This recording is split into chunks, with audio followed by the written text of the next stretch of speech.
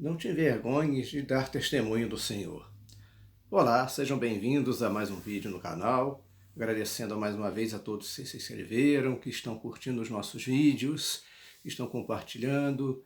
E convidamos a todos para que possam convidar os familiares, os amigos, para que possam se inscrever no nosso canal e aproveitar as mensagens que estamos aqui deixando.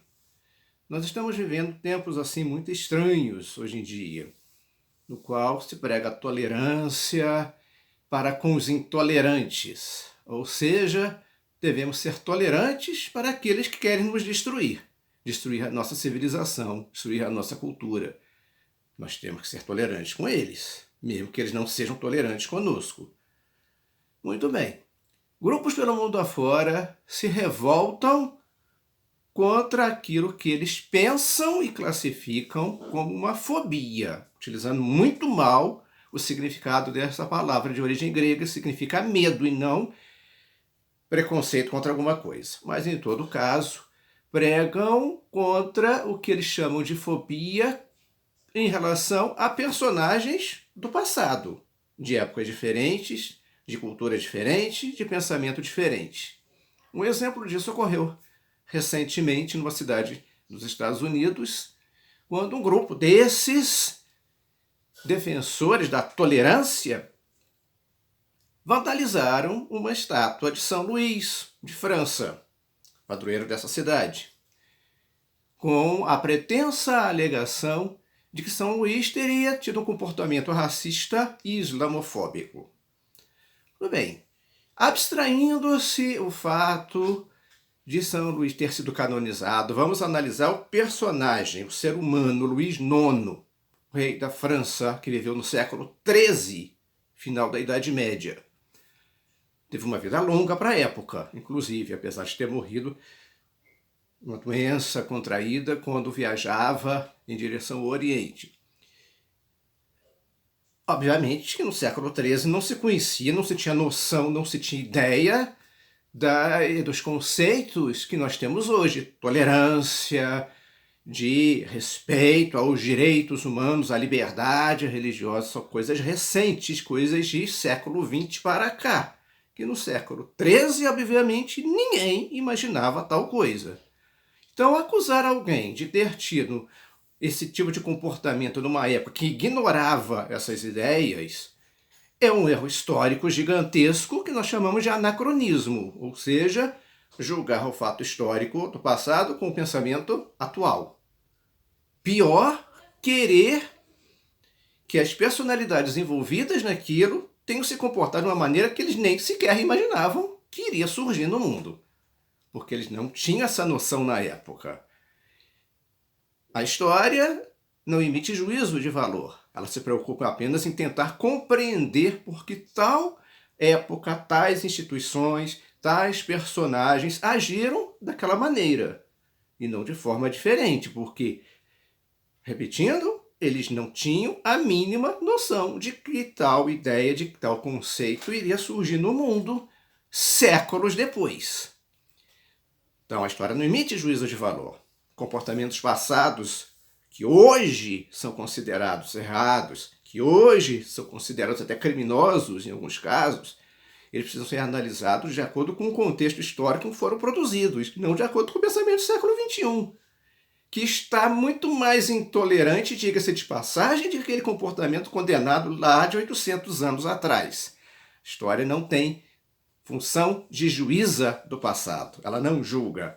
Também não queremos dizer com isso que tais coisas, tais comportamentos mais recentes, por exemplo, como foi o comportamento nazista na Alemanha, durante a Segunda Guerra Mundial, devessem ser justificados. Aliás, a história também não justifica nada. Ela procura compreender. Então, em tempos modernos, em tempos atuais, em que já se tinha noção da gravidade, do erro desses comportamentos, agir de maneira diferenciada é outra história. É outra questão. Vamos dizer que aqueles que agiram lá no nazismo, por exemplo, eles possam ser compreendidos, porque o contexto histórico era outro. Não, não era outro, porque já se tinha noção de direitos humanos, de respeito, de tolerância, não totalmente como hoje em dia. Mas precisamos compreender por que ocorreram tais coisas, sem, obviamente, querer justificá-las, criar uma espécie de desculpa para aquilo. Não é essa a função da história.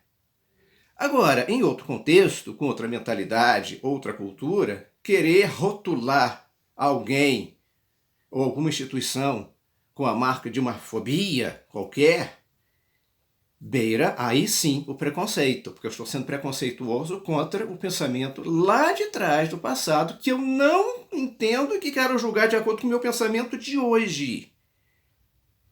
E é pior ainda quando se faz isso com o objetivo de induzir os outros ao erro, porque sabe-se muito bem o que está fazendo e quer continuar fazendo desta maneira porque você quer levar outras pessoas a cair naquele erro. Vemos fatos alarmantes hoje em dia ocorrendo que nenhuma repercussão, nenhuma reação acontece em nome de uma falsa tolerância, que nada mais é do que conivência com o erro, conivência com o mal, não é tolerância. Uma geração de homens fracos que não sabe reagir ao mal, que não sabe reagir ao erro, que só aumenta exatamente por causa da complacência dos bons, da tolerância dos bons. Mas alguns poderão dizer que Jesus não falou para amarmos os nossos inimigos, que deveríamos oferecer a outra face quando nos batessem uma? Sem dúvida, mas o argumento aqui peca pela falta de conhecimento. Por 3 motivos. O primeiro, se devemos amar os nossos inimigos, é sinal de que eles existem, não que nós queremos, que nós desejamos ter inimigos. Mas, infelizmente, eles existem.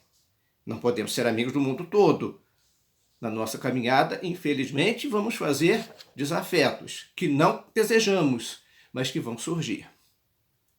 Apesar de não queremos tê-los, naquele devaneio romântico, poético, que vamos viver bem com todos, isso é fora da realidade.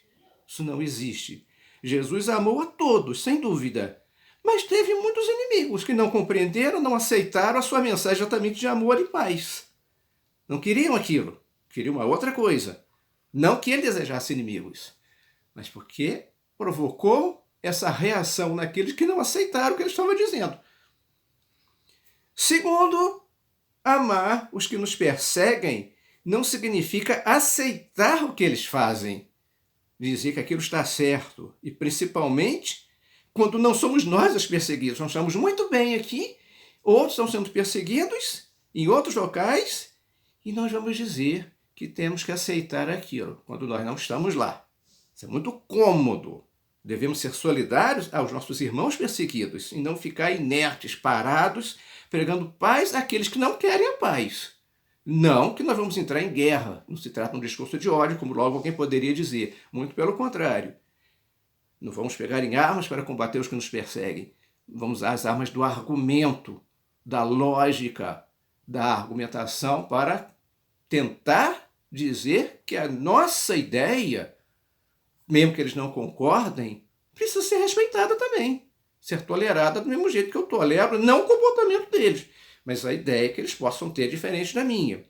Em terceiro lugar, ao ser esbofeteado por um dos guardas do Sinédrio durante o percurso da paixão, Jesus não só ofereceu a outra face, mas, de forma serena e tranquila, argumentou a razão daquela violência sofrida. Então teria ele caído em contradição diante do que ele disse antes e do seu comportamento agora? Muito pelo contrário. Ele que pregou contra os erros dos seus contemporâneos, chorou por ver que Jerusalém não havia se convertido, reagiu pela paz, serenamente, àquela violência sofrida, não compactuando, não aceitando o mal e sabendo que tudo aquilo que estava acontecendo é porque ele assim desejava e se entregava pela nossa salvação, rezando por aqueles que o perseguiam e o levavam à morte. No entanto, mostrando que não veio para fazer discursos que agradassem a todos, expulsou sumariamente os vendilhões do templo. Jamais aceitou a tolerância como erro. Doesse a quem doesse. Hoje, quando muitos estão abertamente pregando a destruição dos valores cristãos, o que nós estamos fazendo? O que nós estamos dizendo? Discursinhos pseudo-tolerantes para não desagradar o mundo. Esquecendo que Jesus não veio para agradar o mundo, mas para a nossa conversão e salvação, para converter o mundo à sua verdade. Repetindo, não se está pregando aqui que nós vamos pegar em armas ou reagir de forma violenta, mas precisamos reagir de alguma forma. Igrejas são incendiadas, são profanadas. Irmãos, leigos, religiosos e todas as hierarquias aprisionados e mortos por sua fidelidade ao Evangelho e à Igreja. E qual é a reação? Nenhuma ou muito tímida.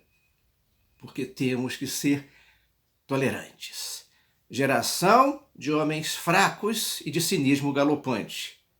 Roma caiu no V século não porque os inimigos fossem fortes, mas pela sua própria fraqueza. Hoje estamos vendo até alguns que estão abrindo as portas para os invasores. É preciso reagir antes que seja tarde demais. Confiantes na promessa de Jesus de que as forças do mal não prevalecerão contra a sua igreja.